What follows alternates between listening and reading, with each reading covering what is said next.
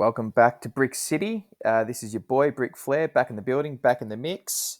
MMA news is dry as a nun's this week, and so is the picks because there's no fight nights. So I'm bored. I just want to make some content, do something a little different. I'm a bit of a tennis, I wouldn't say fanatic, but I do follow the tennis. US Open's on. It's going to throw out some daily picks there for anyone that gives a fuck. So um, we are already currently approaching round three. We've had a lot of upsets actually already. We had Kokonakis taking out Tsitsipas, which was a surprise, and then lost in the next round to an absolute nobody that anyone's ever heard about. I can't even remember his name. I'm going through the draw right now. Garon? No, it wasn't Garon. Borges or something. So we've got a random men's singles round three match between Borges and Mensik now. Interesting matches to note for the next round.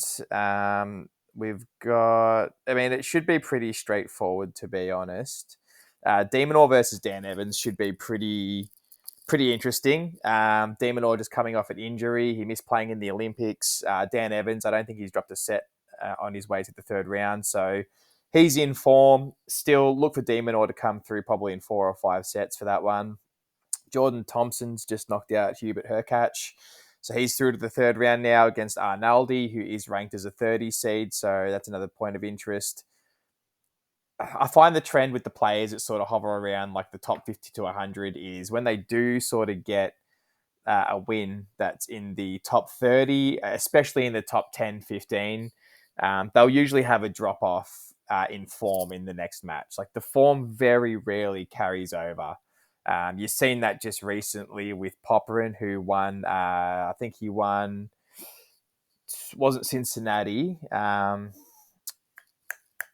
Masters 1000 in Canada. He won that and then just immediately lost in the first round of Cincinnati. So you do see form dips like that.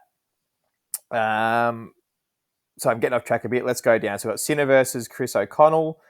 Take Sinner in straight sets. Chris O'Connell, he's had some good wins. Aussie boy, I'd like to see him win being an Aussie, but I doubt it's going to happen. Take Sinner in straight sets. We've got Diallo versus Tommy Paul. Take Tommy Paul. It's American. He's American. It's the US Open. He's the 14 seed. Probably look for him to take Sinner to 5 sets in the next round as well, but I'll do another video. Borges versus Mensik. Take Borges, whatever you want to say. He's just, like I mentioned, he's just beaten Kokonakis. Kaboli versus Medvedev. Look for Medvedev to steamroll him in straight sets. We're waiting for the winner of Alcaraz versus Van der Sloot versus Jack Draper from the UK. Alcaraz all day. He should win today, right now, and he will beat Draper as well. Goffin versus Machak. Goffin, I think, is one of those. I think Goffin is one of those players that I think had a lot of lost potential. I feel like I still remember the year that Bernard Tomic made the quarterfinals and nearly beat Djokovic, and then consequently crashed out in straight sets to Goffin the following year. And Goffin, I thought, always had a lot of potential to go really far. And he did sort of have a top 20 career for a little bit, but then he just dropped off the face of the earth. He's had a bit of an inconsistent career, but on his absolute day, David Goffin can beat anyone, I think. So yeah, we'll take Goffin to make the 4th round. I'd like to see him get through. I do like Goffin. He kind of looks like a miniature version of that guy from Road Trip, the tall skinny kid that fucks the fat black chick. Goffin looks like a miniature version of him. So yeah, we'll go for him. De Minaur versus Dan Evans. Like I said, probably De Minaur. I'm going to go in 5 sets. 5 rounds. 5 sets. Like I mentioned, Dan Evans is in form. De Minaur off injury. I think De Minaur should pull it through in 5, though. Jordan Thompson versus Arnaldi. I'm going to take Arnaldi. Thompson's just had his big win, so he'll probably have a dip in form. Probably crash out in straight sets or something. Just some bizarre bullshit. Casper Ruud versus Shang. Casper Ruud, that's an easy pick. Taylor Fritz versus Komisana. Take Taylor Fritz. Played lights out. against Berrettini in the last round.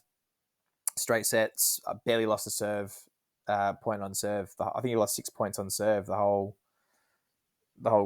match. So Nakashima versus Musetti. This is interesting. So Musetti is ranked 18, just won the bronze medal.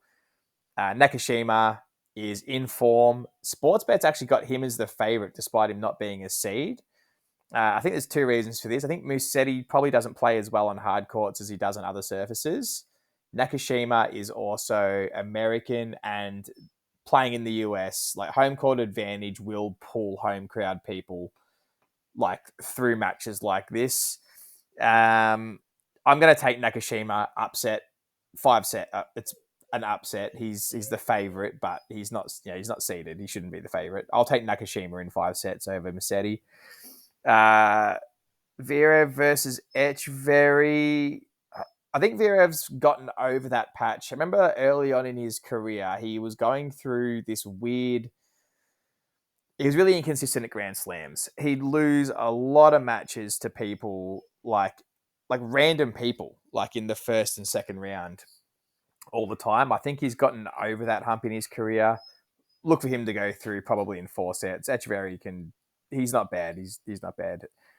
Rublev versus Lehecka. I'm taking Lehecka. I'm picking Rublev to completely shit the bed. He's got to be one of the most mentally poor top 10 players. He's currently the most mentally poor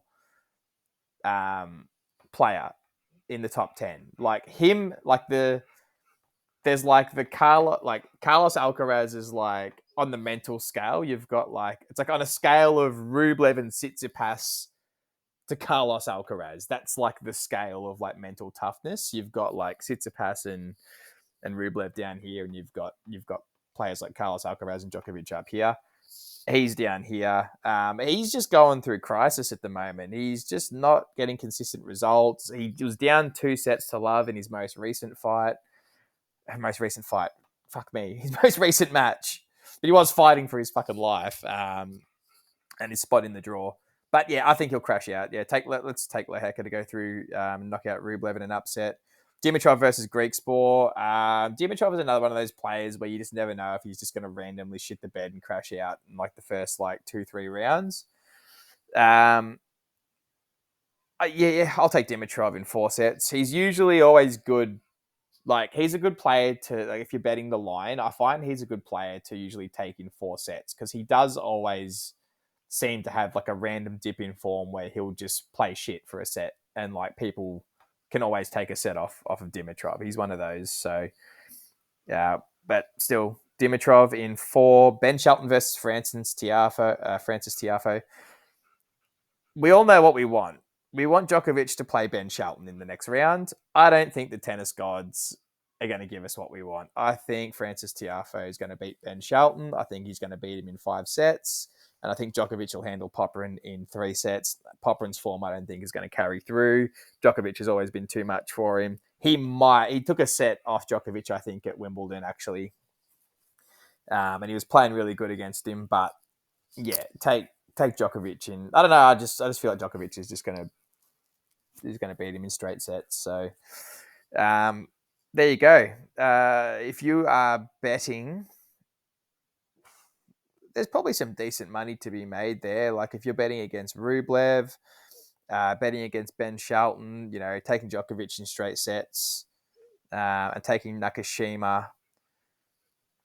Dan Evans is a live dog against De Minaur as well, like I mentioned. So, yeah, and then Sinner in straight sets. I think he'll handle Chris O'Connell pretty easy. So, there you go. Thanks for tuning in. Bye.